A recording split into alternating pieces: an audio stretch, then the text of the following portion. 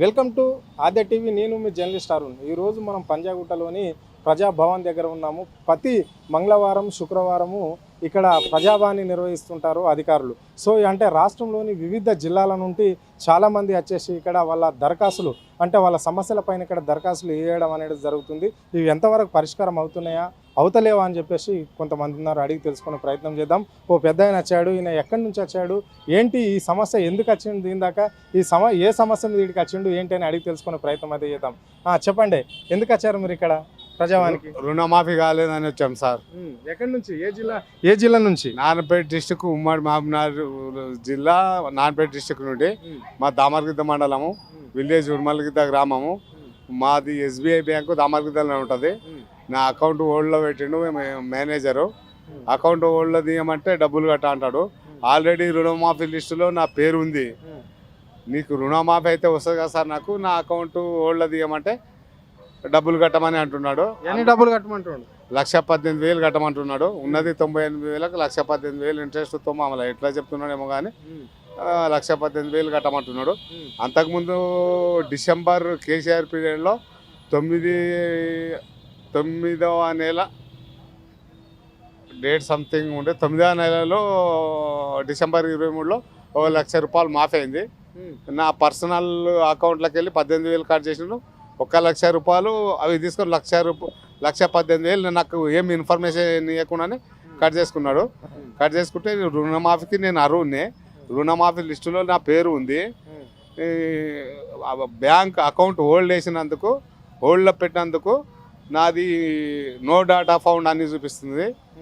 మేనేజర్ని కలిసి ఈడ ప్రజావాణి కోసం వచ్చి రుణమాఫీ కాలేదా అని వచ్చి ఇక్కడ అడిగితే మేడం అంటుంది, మీరు అకౌంట్ హోల్డ్లో ఉంది కాబట్టి అకౌంట్ హోల్డ్ తీయమని చెప్పి హోల్డ్లో తీసుకురామని చెప్తుంది. అంటే మా మేనేజర్ తీస్తలేడు మేడం, డబ్బులు కట్టమంటున్నాడు అన్న. నాకు రుణమాఫీ అవుతుంది కదా, రుణమాఫీ లిస్టులో ఉంది కదా, కాబట్టి నీవు గట్టిగా మాట్లాడి నీవు చెప్పి లిస్టు చూపించి నీ అకౌంట్ హోల్డ్లోకి వెళ్ళి తీసుకొనిరా, అప్పుడు నీది రుణమాఫీ అవుతుందని చెప్తున్నారు. అంటే ఇలాంటి వాళ్ళు ఎంతమంది ఉన్నారా? ఇప్పుడు నీకు తెలిసిన వాళ్ళు చాలా మంది ఉంటారా? బ్యాంకుకి సంబంధించి, మీ ఊరికి సంబంధించి కావచ్చు, పక్క గ్రామాలకు కూడా సంబంధించిన వాళ్ళు చాలా మంది ఉన్నారా ఇట్లా ఇబ్బంది పడేటోళ్ళు? చాలా మంది ఉన్నారు సార్, విపరీతమైన మంది ఉన్నారు. 30% ఉంటారు మా మండలినే. 30%కి ఎక్కువనే ఉంటారు. 30% అబోవ్ ఉంటారు. మొత్తం కేసీఆర్ పీరియడ్లో వచ్చిన 1,00,000 తీసుకున్న వాళ్ళు అందరు కూడా మళ్ళా రేవంత్ రెడ్డి పీరియడ్లో కూడా 1,00,000 రూపాయలు వచ్చినాయి రెన్యువల్ చేసినందుకు. నాకు ఇన్ఫర్మేషన్ ఇవ్వకుండా మా ఫీల్డ్ ఆఫీసరు 1,18,000 నా సంతకాలు లేకుండా ఏం లేకుండా కట్ చేసుకున్నందుకు, అదే రెన్యువల్ తీసుకుంటే నాకు ఇప్పుడు వచ్చేది రుణమాఫీ. నాకు ఇన్ఫర్మేషన్ ఇవ్వకుండా డబ్బులు కట్ చేసినందుకు రుణమాఫీ రాకొచ్చింది. అందుకే అకౌంట్ హోల్డ్లో తీసి లాస్ట్ ఎప్పుడు రెన్యువల్ అయింది, ఒకవేళ ఏమంటాడో అడిగి చూసి ఒక మాట అయితే అడిగి రెన్యువల్ లాస్ట్ ఎప్పుడు రెన్యువల్ అయితే అడిగినామను అకౌంట్ హోల్డ్ తీసుకొనిరా, అప్పుడు నెక్స్ట్ వారం రా నేను నీ విషయం మొత్తం చెప్తాను. అంటే ఇప్పుడు వచ్చింది శూన్యమే, వీడికి వచ్చిన పని అయితే ఏం జరగలేదా? నా బస్ ఛార్జీలు వేస్ట్, నేను తిరిగి వేస్ట్. ఒక్కసారి కాదు సార్, రెండవసారి వీడికి రావట్టి ఇక్కడ ప్రజా పాలనకు. ఆడపోతే అగ్రికల్చర్ మేడం కానీ, ఎల్డిఎఫ్ మేనేజర్ కానీ వాళ్ళందరూ ఏమంటారు అంటే, ఒక ఆధార్ కార్డుల పేరు ఏమైతే ఉన్నదో అన్నిట్లో కూడా ఒకటే పేరు ఉండాలి. రాములు, నర్సపోళ రాములు ఉంటే నర్సపోళ రాములే ఉండాలి. మళ్ళీ నర్సపోళ రాములు ఉండకూడదు, ఎన్ రాములు అని కూడా ఉండకూడదు. అట్లా ఉంటే రుణమాఫీ కాదా అని చెప్తున్నారు. అంటే గతంలో ఇప్పుడు కేసీఆర్ ప్రభుత్వంలో గట్లా పేర్లు మిస్టేక్ ఉన్నా ఏదున్నా ఇట్లా ఉంటుంది ఉండేనా? ఇట్లాంటిది ఏమి లేదు. కేసీఆర్ పీరియడ్ ఏం లేదు. టైం టు టైం రుణమాఫీ కావాలంటే time to time Rythu Bandhu ఇచ్చిండు, పెన్షన్లు ఇచ్చిండు, కరెక్ట్ ఒక పద్ధతి. ఇదే మాట రేవంత్ రెడ్డి ఇవన్నీ లిటికేషన్లు ఇట్లా ఉంటాయని ముందే చెప్తే ఈ పబ్లిక్ ఓట్లు వేస్తారు. అస్సలు వేయకుండ్రి, పొరపాటున ఏమో చేస్తా అని మందిని అంతా మోసం చేసే ఒక లెక్క. నేను అది చేస్తా, రుణమాఫీ చేస్తా అని ఇప్పటి వరకు 6 గ్యారెంటీలు ఇచ్చిన 6 గ్యారెంటీలు ఏ ఒక్క బస్సు అది నడుస్తుంది, ఒక గ్యారెంటీ తప్పిస్తే మిగతా గ్యారెంటీలు ఏవి కూడా లేవు, శూన్యము.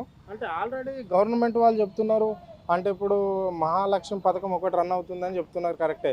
మళ్ళీ గ్యాస్ అయిపోయింది, కరెంటు బిల్ అయిపోయింది, రకరకాల అన్ని పథకాలు ఒక్కొక్కటి ఇంప్లిమెంట్ చేసాం, అన్ని అయిపోతున్నాయి అని చెప్తున్నారు. ఏది లేదు, ఒక్క బస్సు తప్పిస్తే మిగతావి అయితే శూన్యము, ఏది అయితే లేదు. పబ్లిక్ అంతా అగ్రికల్చర్ ఆఫీస్ రుణమాఫీ కోసం అగ్రికల్చర్ ఆఫీస్ కానుండి బ్యాంకులకు, బ్యాంకు నుండి అగ్రికల్చర్ ఆఫీస్కు తిరిగి చెప్పులు ఆరిపోయినాయి. దాదాపు నేను సిటీ నుండి ఇప్పటి వరకు 5-6 సార్లు ఊరికి పోయింటా. ప్రతిదీ కరప్షన్ చేసుకోవడానికే. లాస్ట్కి ఇప్పుడు ఏం చెప్తున్నారంటే నీ అకౌంట్ హోల్డ్లో తీసేయమని చెప్తున్నారు. దసరా పండుగ కానుకగా రైతు భరోసా పైసలు వేస్తామని చెప్పేసి గవర్నమెంట్ చెప్పింది, సీఎం కూడా చెప్పాడు కదా. మరి అది మీ అకౌంట్లోకి వచ్చిందా? దసరా పండుగ అయిపోయి 2 రోజులు అయిపోయింది. రాలేదు సార్. ఇది చెప్తానే ఉన్నారు, ఎప్పటి నుంటో చెప్తున్నారు. రేపు అవుతుంది, ఎల్లుండి అవుతుంది, ఎప్పటి నుంటో చెప్తున్నాగా ఇప్పటి వరకు రాలేదు. రైతు భరోసా పడాలి. కేసీఆర్ పీరియడ్లో కంటిన్యూ కరెక్ట్ పడుతుంది. మరి ఎట్లా చూడొచ్చు దీన్ని, ఈ ప్రభుత్వాన్ని ఎట్లా చూడొచ్చు? ఏం చూస్తాం సార్, పబ్లిక్ అంతా అన్యాయం చేస్తున్నాడు. పబ్లిక్ రైతులనంతా మోసం చేస్తున్నాడు. రైతే రాజ్యం రైతే రాజు అంటున్నారు. అసలైన రైతులనే అన్యాయం చేసేటప్పుడు ఎట్లాగెళ్ళి రైతు రాజు అవుతాడు సార్? పంటలు పంచి ఇచ్చే టైంలో నువ్వు డబ్బులు ఇవ్వకపోతే ఇప్పుడు బయట ఇంట్రెస్ట్ పెట్టి మేము డబ్బులు తీసుకొని మేము వాళ్ళకి ఇంట్రెస్ట్ కట్టాల్సి వస్తుంది. ఆ డబ్బులు లేని వాళ్ళు కొంతమంది కూడా కొన్ని పొలాలు వేయక కొంతమంది బీడు కూడా పెట్టుకున్న పరిస్థితి కూడా ఉంది. కాబట్టి మాకు పెట్టుబడి సాయం కరెక్ట్ టైంలో అందిస్తే చాలా మంచిది. కాబట్టి రేవంత్ రెడ్డి కానీ ఈ గవర్నమెంట్ కానీ నేను చెప్పేది ఒకటే, రైతులని నీవు చాలా మంచిగా చూసుకోవాలని నా ఉద్దేశము. నీవు అదే రకంగా మాకు రైతులకంతా మంచిగా చూస్తాడని మీకు ఓట్లేసి గెలిపించాను. నేను కూడా ఒక కాంగ్రెస్ కార్యకర్తనే. నేను ఎంత ఇబ్బంది పడ్డానో దాదాపు నా సొంత డబ్బు కూడా అర్జు చేసుకొని నీకోసం కష్టపడి ఓట్లు వేయించాం. కానీ ఓట్లు వేయించిన మా అంతా వేసి పాపానికి మాకు ఈ అవస్థలు మేము ఇప్పుడు అనుభవిస్తున్నాము. మాకు ఎన్నో కష్టాలు ఉన్నాయి. మేము కూలీ చేసి బతికేటోళ్ళము. ఇప్పుడు ఏ ఖర్చులకు పెట్టాలన్నా ఏవి చేయాలన్నా కూడా ఇబ్బంది చాలా ఉంది. పరిస్థితి అయితే ఘోరంగా ఉంది. ఇప్పుడు ఊరికి పోవాలంటే ఛార్జీలు పెట్టుకోవాలంటే కూడా మందితో అప్పు తీసుకొని వెళ్ళిపోవాలి. పోయి మళ్ళీ బ్యాంక్ మేనేజర్ కావాలి. మళ్ళీ అక్కడ నుండి రావాలన్నా కూడా డబ్బులు మళ్ళీ మందితో ఆడుకునే రావాలి, అప్పు తీసుకునే రావాలి. చేతిలో డబ్బు లేదు, ఏమీ పని లేదు. నేను అగ్రికల్చర్ చేసుకుంటే అక్కడే ఉంటాం, మా ఫ్యామిలీ ఇక్కడే ఉండదు. అట్లా మరి 10 నెలల పాలనను ఎట్లా చూడొచ్చు కొత్త గవర్నమెంట్ది? కొత్త గవర్నమెంట్ 10 నెలల పాలనల పెద్ద ఏమీ లేదు సార్. రుణమాఫీ చేసి సగం మందికి చేసిన సగం మందికి చేయలేదు. ఇది అంతా రుణమాఫీ పైన దృష్టి పెడతాదని ప్రతిపక్షాలు వాళ్ళు అడుగుతారు, ఎదిరిస్తారు అనే ఉద్దేశంతో హైడ్రాన్ తెచ్చిండు. పేదోళ్ళ ఇండ్లు కూల్చిండు, ఉన్నోళ్ళ ఇండ్లు కూలవాలేదు. పేదోళ్ళకి అన్యాయం చేసిండు. నిజంగా చెప్పాలంటే అది ఎంత ఘోరం అంటే రోడ్ల మీద పడి వాళ్ళ అవస్థలు వాళ్ళ చూడలేకపోతున్నాం కూడా. ఇటువంటి పరిస్థితి రాకూడదు. పేదోళ్ళ మనిషి రేవంత్ రెడ్డి అనుకున్నాం, కానీ పేదోళ్ళ మనిషి అయితే కాదు. నాకైతే అట్లా అనిపిస్తుంది. పేదోళ్ళకు న్యాయం చేయండి సార్. ఇప్పటి నుంటేనా పేదోళ్ళని మంచిగా చూసుకోండి. ఉన్నోళ్ళని నీవు కూల్చితే పర్వాలేదు. నువ్వు 100 ఎకరాల ఉన్నోళ్లకు రైతు రుణమాఫీ చేయకపోయినా పర్వాలేదు, రైతు భరోసా వేయకపోయినా పర్వాలేదు. పేదోళ్ళకు మాత్రం 5 ఎకరాల వరకు నా డిమాండ్. 5 ఎకరాలు 7 ఎకరాలు మా అంటే 10 ఎకరాలు అంటే కూడా ఎక్కువనే. 7 ఎకరాల వరకు 5 ఎకరాల వరకు అయితే రుణమాఫీ చేయాలి. నాకు ఉన్నదే 3 ఎకరాల చిల్లర, నాకేం పెద్దగా లేదు. నాకు ఇంత ఇబ్బంది పెడుతున్నా అంటే అంత ఇబ్బంది. ఇక మిగతా వాళ్ళు ఎంత ఇబ్బంది పడుతున్నారు. మామూలు వాళ్ళు అయితే ఏమి తెలియక ఇక్కడ నుండి అక్కడ తిరిగి వాళ్ళ అవస్థలు గోసలు చూడలేము. వాళ్ళ చెప్పులు అరిగిపోయేలా తిరిగి ఇట్లా ఇబ్బంది పడుతున్నా అంటే కొంతమంది ఆత్మహత్యలు కూడా చేసుకుంటున్నారు. చాలామంది కూడా పరిశాన్లో ఉన్నారు రుణమాఫీ నుండి. ఈ రైతు భరోసా కూడా వస్తుందా రాదా, వేస్తాడా రాదా మాకైతే తెలియదు.